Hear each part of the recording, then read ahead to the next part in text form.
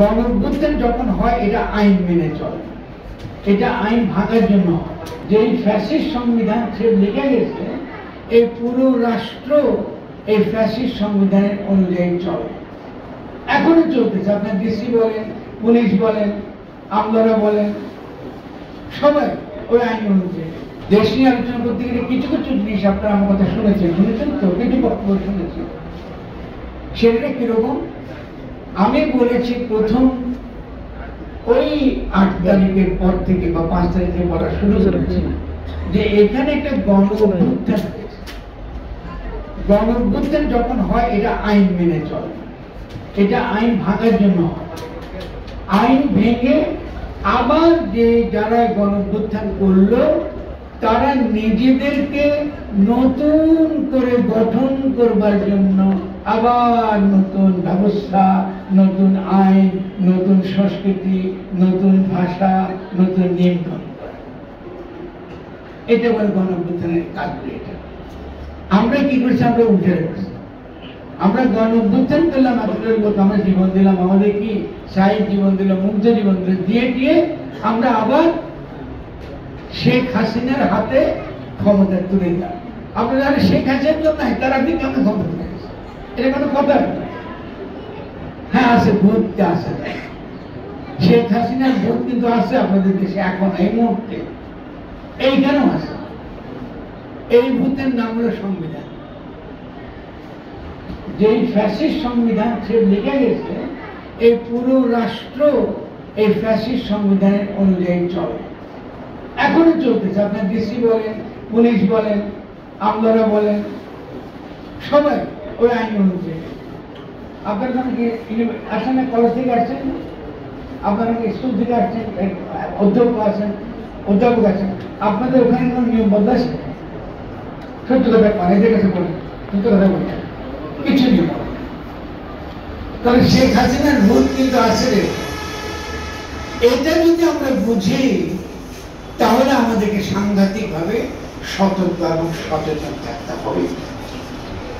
এখন আমি যখন এরপরে দেখছি না, তখন তারা বলে তো এখন তো আমার কথা শুনলে মনে হয় আমাদের এখন ইউনুসের বিরুদ্ধে করতে হবে, ঠিক না? তো আমি তাকে উত্তর দিলাম। এখন সেই কথা তো তারা যে উত্তর দিচ্ছি, আমি এখন আমার নোয়াখালী ভাষায় উত্তর দেবো। আপনার ফলে এই ভাষাটা জানেন, শরীরে ভাষা হয়ে গেছে, তো আপনি কি মাটি ভাত দেবেন? কি করবো? মাটি দিতে ভাত খাবো। আমরা কিন্তু আবারও জানাবো, এই জানাবার জন্য আমাদেরকে কথাটা পরিষ্কার।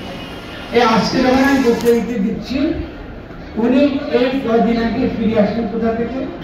বিমস্টেক থেকে বিনিয়োগ নিয়ে কথাবার্তা বলছেন এবং এমন একটা বক্তব্য দিচ্ছেন বাংলাদেশ সম্পর্কে, সমুদ্র সম্পর্কে, নর্থ ইস্ট সম্পর্কে নরেন্দ্র মোদীর তো লেখা।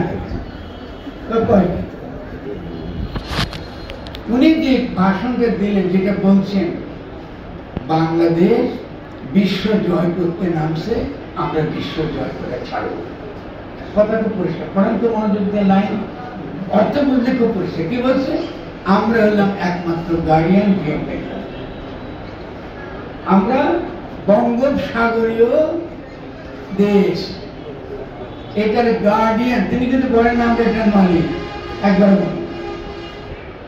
এখন ভারতীয় তো মাথা মোটা,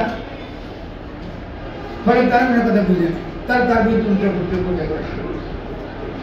তিনি বলছে কেন আমরা গার্ডিয়ান, আমরা এটা রক্ষা করবো, এমন রক্ষা করবো যার দ্বারা আমরা উপকৃত হব, যার দ্বারা বিশ্ব উপকৃত হবে, যার দ্বারা চীন উপকৃত হবে এবং যার দ্বারা ভারত উপকৃত হবে।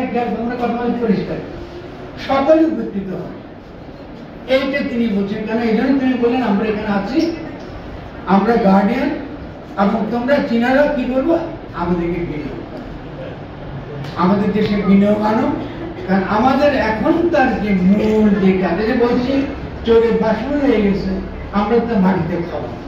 আমাদের এখন একদম প্রায়োরিটি, 1 নম্বর প্রায়োরিটি ইকোনমিক ডেভেলপমেন্ট, অর্থনৈতিক বিকাশ। দ্রুততম সময়ের মধ্যে আমরা ইউরোপ কি আমেরিকার মতন জায়গায় পৌঁছে দিতে, যত কম সময়ের মধ্যে খুব দ্রুত করতে চাই, কাজটা কঠিন। দেখেন উনি ফিরে এসে কিন্তু আবার একটা বিনিয়োগের একটা দেখলেন না, আজকে শেষ সময় বিনিয়োগ নিয়ে যে বিভিন্ন দেশ থেকে বিনিয়োগকারীরা কর্পোরেট বিনিয়োগকারীরা আমাদের দেশে আসছে এবং এই চাইতেছে সেই বিনিয়োগটা এখানে হোক, বাংলাদেশে সেই বিনিয়োগটা দুর্দান্ত ব্যাপার। তার মানে আমরা যদি আসলে এই সরকারকে টিকার একবার চেষ্টা করি, আমরা পারি না, অনেক সাংবিধানিক সমস্যা রয়ে গেছে, শেখ হাসিনার ভূত রয়ে গেছে, এই ভূত যদি আমাদেরকে ডিস্টার্ব করে তো তাকে দিয়ে কি করতে হয়, ভূত মারে কেন, ঝাড়ু দিয়ে মারে।